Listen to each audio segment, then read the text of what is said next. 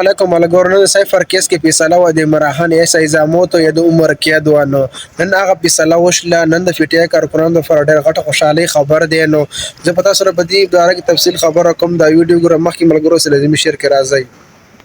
د فټیا کارکونانو ډېر مبارک شه. نن د وکیلان د عمراخان وکیلان ډېر خوشاله دي. نن د عمراخان وکیلان ډېر خوشاله دي ځکه د سایفر کیس کې نن فیصله او هغه فیصله د عمراخان لپاره وشله. هغه سایفر کیس فیصله نن عمراخان باندې سایزا عمر قید ونه خاتلو. نو فټیا کارکونانو لپاره ډېر خوشحالي خبر دی. نو ان شاء الله د خلک د دې باره کې تفصیلونه کوي. د عمراخان په جیل کې دی او اوټونه را روان دي. نو د الیکشن نه به عمراخان به راکلاس شي او که راکلاس به نه شي. نو دې باره کې به ته عمراخان جیل الیکشن کولی شي او که نه شي کولی. نو عمراخان به ان شاء الله لومبیا خو راکلاسیږي او چې راکلاس نه شو نو جیل الیکشن کولی شي د عمراخان لپاره. نو درای تاسو د عمراخان وکیلان د جشن وګورئ. راځئ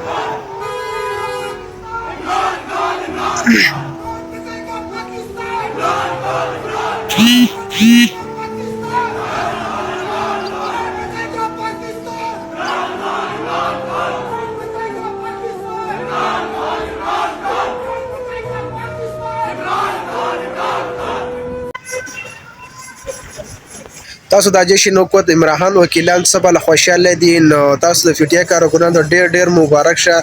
نن فیصله و د ایزاموتو یا د عمراخان لپاره ټول عمر قید. نو عمراخان د اغله بشلو او عمراخان وکیلان څه بل خوشاله دي. فټیا کارکونانو ډېر ورته خوشحالي خبر دی. نو الیکشن را روان دی نږدې دی. نو عمراخان به ان شاء الله د ټول مخکې راکلاس شي. نو د خپل د شیر افضل مروت په بل ویډیو کې ویلي دي عمراخان به د الیکشن نه مخکې راکلاس شي. نو د فټیا کارکونانو لپاره ډېر خوشحالي خبر دی.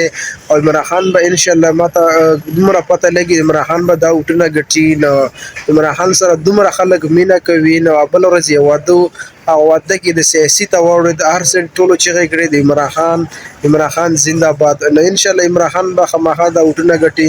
عمراخان سره ډېر پښتانه ډېر خلک عمراخان سره ولاړ دي. نو عمراخان ډېر خلک داسې وایي د عمراخان به د جیل نه راکلاس شي. نو عمراخان به ان شاء الله خامخا راکلاسیږي. نو شیر افضل بل ورځ ویډیو کې هم دا ویلي عمراخان به راکلاسیږي. نن د عمراخان لپاره ډېر غټ خوشحالي فټیا کارکونانو لپاره غټ خوشحالي خبر دی. د عمراخان د عمر قید نه بچ شو. د عمراخان وکیلان څه بل خوشاله دي. د عمراخان وکیلان ته مخیل دی. نو د عمراخان وکیلان څه ډېر خوشاله دي. ویډیو مخکې هم شیر کې د عمراخان کارکونان نو مخکې خبر شي د عمراخان د عمر قید نه بچ شو. نن غټه فیصله وه د عمراخان لپاره او د عمراخان وکیلان څه بل خوشاله دي. اوس د فټیا کارکونانو خوشاله شي. دا ویډیو مخکې شیر کړئ او دا شارټ غوندې ویډیو کتلو ډېره مهرباني. او زمونږ د یوټیوب چینل باندې ویډیو ګورئ. د یوټیوب چینل سره سبسکرایب کړئ. که فیسبوک پیج ګورئ فیسبوک پیج سره فالو کړئ. ډېره مننه د ویډیو کتلو. والسلام.